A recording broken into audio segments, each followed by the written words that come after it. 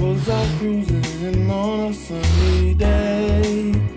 I looked up and then I seen your pretty face. You was just minding your business. How y'all doing today? Welcome back to my channel. I'm so excited to interview my sister today.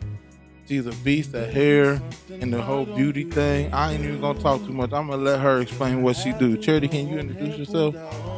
Hello, everybody. My name is Charity Pleasant. I'm a licensed cosmetologist as well as a new author now. The title of my book is All the Things That Nobody Told Me, Finding the Extraordinary in My Journey. Cool. So you got any social media plugs, Facebook, anything like that? Yes, I'm on Facebook. I'm also on Twitter and Instagram, and you can follow me on YouTube at pleasantinvestments.com. Ooh, that's what's up. So first thing I noticed was the amazing artwork on this book. Tell us about who did the artwork and what inspired them to do what they did. All right, the artwork on my book, I wanted to have an image of myself on the book.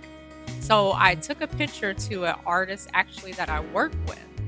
And I told her I wanted to have a drawing instead of just a digital picture on the front of my book. So I worked with the artist for a few weeks, and she came up with this image and asked me that I wanted it black and white or did I want it color. And I said I wanted it to be in black and white. And then the background of the image, I actually have a pictures of the beach, and I wanted it to be kind of blurred out a little bit so that the picture itself from the artwork could stand out. And the idea I came up with the cover image, I wanted to have a somewhat knowable image where people would look at the cover and ask themselves, hey, do I know this person? This person looks familiar. So it's not a digital photo, but it's a drawing that actually shows the image of me. So that's how I came up with that idea. They did a good job too, because it looks like you, but it looks like it's supposed to look like a drawing rather than like a photo. Right. Yeah. So what about the different things, the designs on the clothes? Was that saying something? I'm glad you noticed, because the artist asked me with the photo, I had a blue dress on. And she asked me, well, what did I want to portray in the photo? So I said, you know what, on my life and my journey, since this book is a memoir, I wanted to note the different roads that I've traveled throughout my journey. And sometimes those paths aren't always smooth. Sometimes they're rocky. Sometimes they're uphill. Sometimes, the road is smooth, but the different layers in the dress on the picture is actually representing the different roads that I've traveled, and not just me, that many people travel in their lifetime. Right. So what's the book about? So the book is about my experiences, my journeys. It's about the lessons that I've learned in life. It's about my ups and downs. It's the things that I've gone through that have taught me things to really identify who I am as a person, how I've grown, and some of the things in my past that has led me to be who I am today.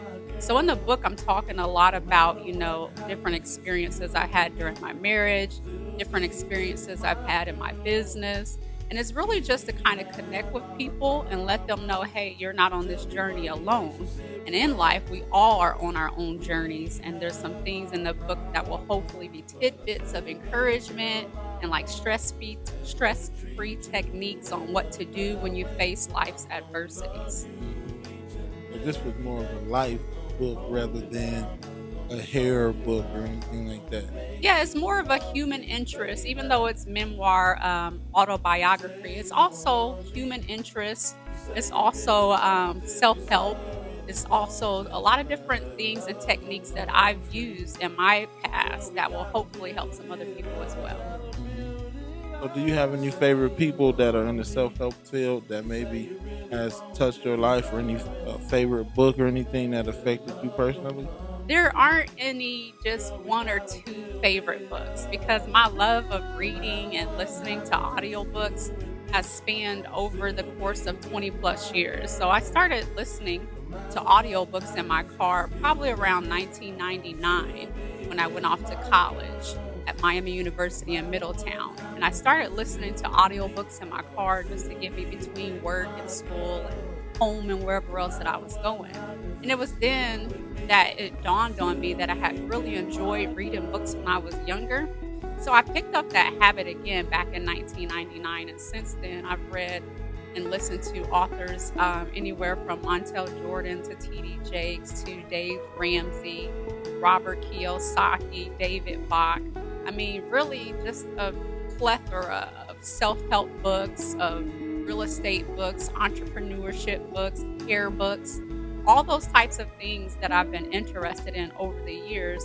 And even lately, reading different other memoirs and autobiographies, it has led me to think to myself, hey, this is something I could do too. I have a story to tell as well. I want to connect that with the world. That's funny you say that because, long story short, I was just in the practice for music, and what I was trying to explain to the people who I was practicing with was that even though artist or a writer writes a song, there is always something that that individual that is performing that song could lend to the song. So it's always a little bit of your personal swag that you can kind of put into it that may not necessarily be already written. And I can imagine the same being, at least I believe that's how it goes with knowledge as well, because oftentimes I may hear someone giving me knowledge or just, and I'm listening to them, and it may be a different way that I thought of it, and maybe sometimes when I say that way, they go, "Oh, yeah, I never thought of that," or "Yeah, that works for," So I just think it's always interesting to kind of take what somebody has and try to sort of add to that. But with that being said, so how long did it take you to write that book? Okay, so I started on my journey of writing about 2 years ago. So the process took about 2 years. I just started off after was in the middle of someone else's memoir, and I was like, man, I have a story too. I have a story too. So I just started jotting down notes and little memories that I thought of from my childhood. Started jotting down more and more, and it started turning into paragraphs, and then it was like, oh, okay. Then it started turning into chapters. Before you know it, I had a significant amount of information from memories and life lessons and experiences. So from there, I reached out to a couple of people, teachers as a matter of fact, English teachers, and I was looking for some help and some editing. I was wondering how I should go about it. And me being the business person I am, I knew that once I finished the project, I wanted to be a self-publisher so that I can have control over my work, over the thing that I've been working so hard on. So I did wind up connecting with the English teacher where I work, at the middle school that I work. She helped me along in the editing process, looked at several drafts, and before you know it, I felt good that, I had something to share. And like you were saying, it's all about perspective. Like when you go through things and you have something to share, knowledge is something that should be free. If you have a little bit of knowledge, it's always good to share it with somebody else, especially if it'll help them along the way. So I'm hoping that people won't just see my book as a good read. They'll pick up something out of it, rather as, a good tidbit that they can use about a struggle, a life struggle, as rather it's, which direction they should go in business or anything that may even be helpful toward a relationship. I'm hoping that people will pick up something out of it that is actually usable. Yeah. Okay, so what I've seen of the book so far, first of all, let me say I'm proud of you. It's just accomplished. It's an accomplishment. As we were talking one day, unless you're a creator or unless you are a person who made an album, wrote a book, did a painting, got a clothing line, whatever it is that you sort of put out to the people, there's a bit of insecurity that can come in as far as, oh man, well, people like my product, or people like what I'm writing, what I'm saying. Did you have those feelings, and then what made you go, you know what, I might have just put this out? Yes. Anytime as an artist, like you said, whatever field that you're in, you're an artist. You're putting out something that you created.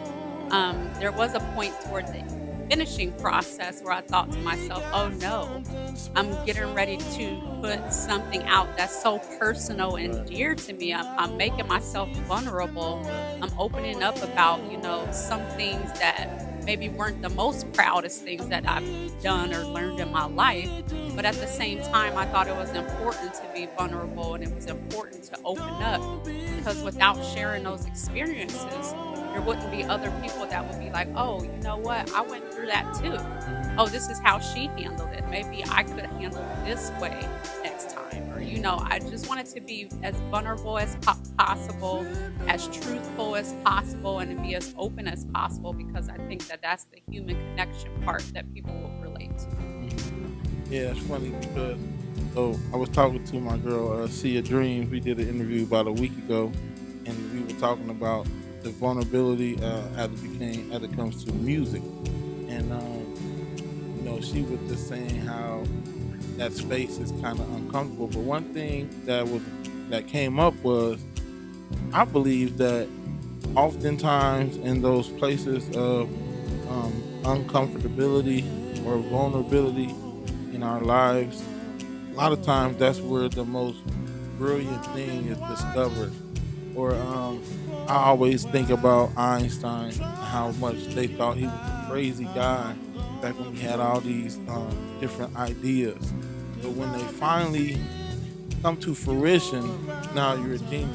And so I think it could be the same with music, and it could be the same with just anything you're putting out, because sometimes, like with one of my songs, for example, I'll hear it and I'm like uncomfortable about it, and I may think I messed up on this vocal part here, or I did this wrong, and then I'll play it for some people and they'll be like, man, that's the bomb. And it's like, so it's funny that sometimes I think you just kind of have to overcome that vulnerable space, and then you'll get to like what's amazing. Exactly. And what you're, just to piggyback a little bit off of there, sometimes when you're producing a product and you're a creative person, sometimes you expect your product to be perfect. And you think about how critical people are if they see one little imperfection, and you're combing through and you're trying to get everything perfect. And that kind of was in the back of my mind too, as being a first-time self-publisher. I'm thinking, okay, my product has to be good. It has to be perfect. I can't find any flaws. But at the same time, in the back of my mind, I know that I have something good, so I'm not expecting, 101% perfection. I'm expecting, people who are avid readers to be really able to connect with it, and to actually, see something in their past that they can relate to. I want it to be relatable. So when you are being so open and vulnerable about something you created, there's always going to be a little room for margin of error per se, or, some people will like it and some people will don't. But when you're confident about the product that you've created, as I have, confident about it, I'm really, really excited about how it's going to come, into itself. Yeah, like I said, man, I was just to see it complete is I understand, man. Trust me, I understand. It's a bravery thing. So give us any tidbit out the book. Just give us something out the book. Let's see. I can read the chapter titles. Okay. I know some people, when they looked at the book cover, they're wondering, what is the book about? What can we expect out of the book? Some of the chapters that I've come up with, I'll just read a couple of them. Some of the chapter titles: Humble Beginnings, Contentment, Organized Religion, and Education, Ode to My Alma Mater, Mr. Fine, I Do, Bringing Home a Baby, Strong Roots, Mother Dearest, Daddy's Girl, Dreams Really Do Come True, Will the Real Me Please Stand Out? Do you love music? Do you love art and expression? Do you love thoughtful interviews? Well, subscribe now.